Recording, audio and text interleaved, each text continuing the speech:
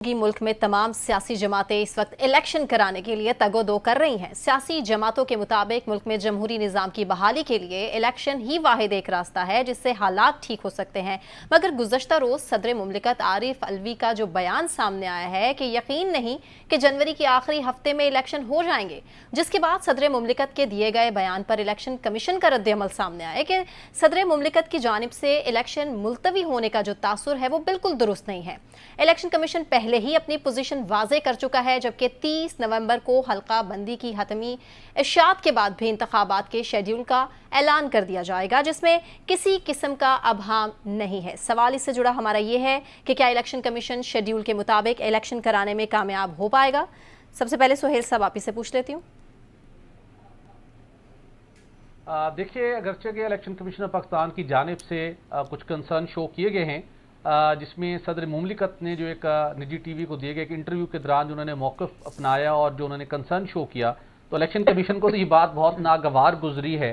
अगरचे के पहले कलामी जारी किया गया था और उसके बाद फिर जनवरी के आखिरी हफ्ते के हवाले से ये भी बात हुई कि कराची के अंदर एक इजलास के दौरान 28 जनवरी को सूटेबल हो सकता है कि हम इलेक्शन का इनेकाद करवा लें। जो इस वक्त तक हालात दिखाई दे रहे हैं और जिस तरीके से मुस्लिम लीग नून के एक सबसे काबिल एतमाद इत्तेहादी और उनके काबिल एतमाद एक इत्तेहादी जमात के साथी मौलाना फजल रहमान साहब 2-3 मरतबा इस बात को उजागर कर चुके हैं कि जनवरी के अंदर जो मौसम सरमा की सख्ती है, बिलखुसूस नॉर्दर्न एरियाज में और बलूचिस्तान के कुछ इलाकों में, वहाँ पर लोगों को बेपनाह मुश्किलात का सामना करना पड़ेगा, लिहाजा इसको इलेक्शन को थोड़ा एक्सटेंड किया जाए। और इस वक्त तक जो सियासी फजा बनी हुई है उसमें लगता है कि ये कहीं ना कहीं रियलाइजेशन है कि फरवरी के आखिर में या मार्च के शुरू में इलेक्शन उस इलेक्शन को ले जाएं। लेकिन दूसरी जानिब इलेक्शन कमीशन ये भरपूर तासुर देने की कोशिश कर रहा है कि इलेक्शन मजीद तखीर से दो चार नहीं होंगे, हम इलेक्शन का इनेकाद करवाएंगे। लेकिन उसके साथ साथ अभी बहुत से सवालात उठ रहे हैं कि शायद ये चीज थोड़ी सी प्रलॉन्ग हो। तो अब देखने की सारे सवाबदीद आई हुई है इलेक्शन कमीशन ऑफ पाकिस्तान पर। और उस वक्त जब सुप्रीम कोर्ट में दरखास्तें पेंडिंग थी और कहीं ना कहीं से ये उम्मीद थी कि शायद supreme court election commission Pakistan से कहे कि इस स्टेट के ऊपर आप वाजे करें कि किस डेट को इलेक्शन होंगे, लेकिन वहां पे सब ने अपनी जो पटिशनें थी वो ही वापस ले ली।